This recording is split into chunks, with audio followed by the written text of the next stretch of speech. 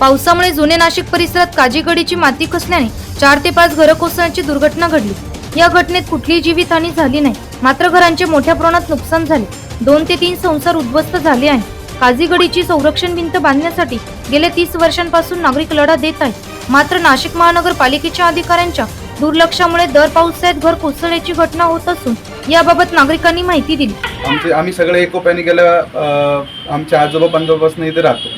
काजीगडी हा प्रश्न गेल्या 50 वर्षापासून झाला आहे किंवा काजीगडी कोसळणं हे सारखं वारंवार दर पावसाळ्यात चालू असतंय।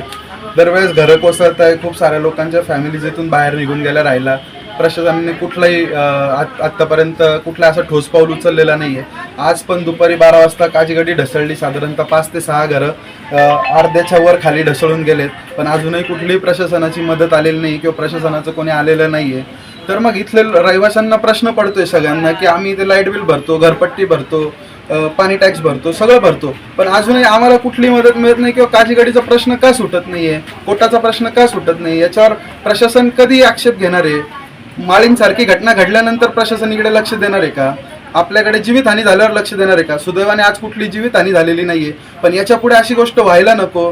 तर आपण कुठल्या प्रगतीच्या मार्गावर आहोत की नाही हा प्रश्न आम्हाला सगळ्यांना पडलेला आहे। प्रशासनाने आमच्याकडे लक्ष द्यावा। आमचे वाले घर कोडले इथून तिथून लाईनीत चाललंय, थोडं थोडं सगळं गेलंच आता आमचं। आमचे लहान लहान पोरं तुम्ही लक्ष देत नाही, ते नुसतं येते जात्या बघून। आमचे घर एकदम इथून तिथून सगळं गेलंच आता, पूर्ण रात्रीचं गेलं असतं तर आम्ही काही सांगताच नसतं। आम्ही सगळं सामान्य खाली गेलं ना, आमचे फक्त माती हातात आहे ना, आम्ही उभे आमचे जीव घेऊन घराच्या बाहेर। काही निधी काढून याच्यावर लक्ष देऊन कोर्ट तयार करा। मला मागच्या टायमाला गेडम साहेब आले होते, तर गेडम साहेबांनी 27 कोटीची मंजुरी दिली होती की 27 कोटीची मंजुरी दिली तर हा कोर्ट तयार करा। पण झालं काय, मध्यंतरी इथं फाउंडेशन आणि पाया घेतला, पायामध्ये खोदकाम केलं, फाउंडेशन पाहिलं की 20-20 फुटावर प्रत्येक ठिकाणी खडक लागला का यांना पायाला पक्कं काम होईन इथं, यांचं असं लक्षात आलं। लक्षात आल्यानंतर ते लोक निघून गेले, पण त्यानंतर बी आता कुठलंच काम झालं नाही इथं। हा कोर्ट करणं गरजेचं आहे, कारण काजीगडी स्वच्छ सुंदर दिसेल। आज पडलेल्या पावसामुळे दुपारी 4 ते 5 घरे कोसळली।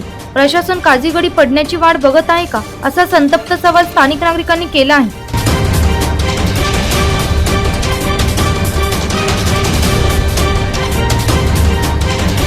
एनसीएन न्यूज साठी प्रतिनिधी रोहन दानी, नाशिक।